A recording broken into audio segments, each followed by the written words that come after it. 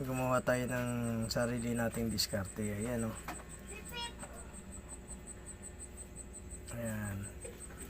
I-finish na lang natin yan guys, mga ka-adventure. Ayan o. Ayan.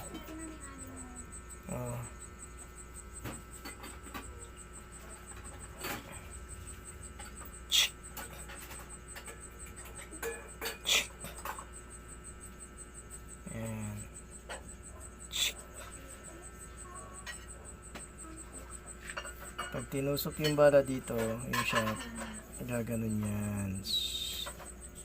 Pak, papasok dun. Tapos, pag kinalabit, pak, re-release yung bala. Alright. Pinoy tayo eh.